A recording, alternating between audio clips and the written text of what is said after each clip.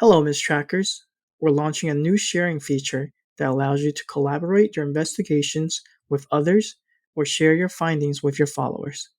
In this video, we'll show you how to use this share feature. Before you can share your findings, you must first create an investigation. First, enter the address you wish to investigate. Scroll down to Transaction Graph and click on New Investigation. Next, we enter the name and a description of this investigation and click Submit. Now that we have started an investigation, all actions are automatically saved to your account. To share your investigation, you can click on the Share button here, turn the status from private to public, and it will generate a link right here.